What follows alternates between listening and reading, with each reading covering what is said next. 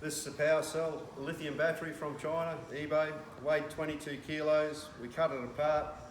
We'll just show you what we found inside it, which was basically cut pieces of glass to pack up the extra space. Inside here is a pretty poorly constructed, probably about 50 amp hour AGM battery. As you can see on the other end, 1,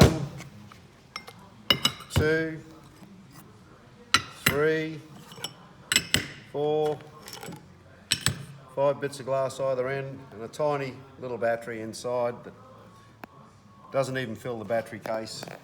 There's voids in there. And that 22 kilo battery with 4 kilos of glass in it.